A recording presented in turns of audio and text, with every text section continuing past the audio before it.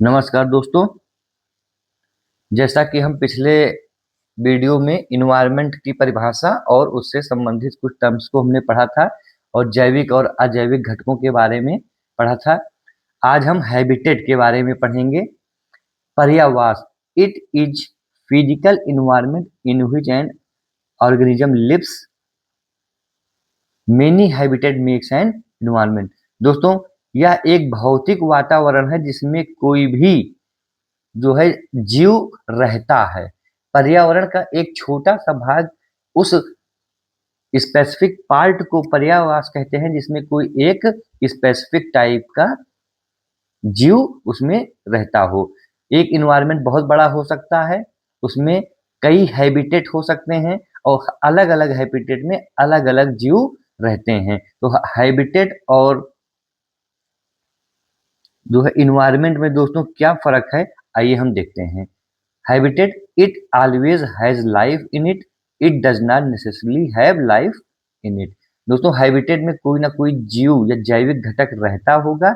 Environment में हो सकता है अजैविक घटक ही हो।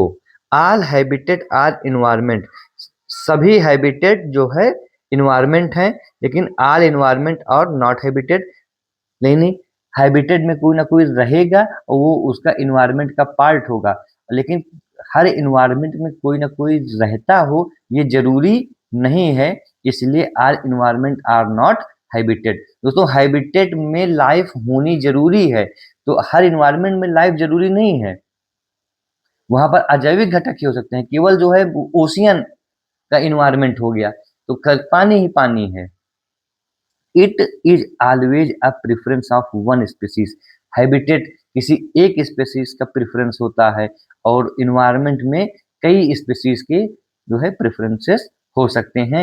It is a part of an environment and many habitat makes an environment. Habitat क्या है? इन्वायरमेंट का एक पार्ट है और इन्वायरमेंट में कई ढेर सारे हैबिटेट हो सकते हैं। दोस्तों, टाइप्स ऑफ हैबिटेट तो टेरेस्ट्रियल हो सकते हैं, स्थलीय जैसे जंगल, घास, रेगिस्तान, और फ्रेश वाटर जो है हो सकता है जैसे तालाब हो गया, नदी हो गई, झीलें हो गई। एस्चुरी हो गई, जहां नदी और समुद्र मिलते हैं, इस जगह के पानी को जो है हम ब्रैकिश वाटर कहते हैं। और एक जो है हैबिटेट हमारा ओशियन हो जाता है। माइक्रो हैबिटेट क्या है? The part of habitat that has a specific property, जैसे कि ट्री कैनोपी। धन्यवाद दोस्तों।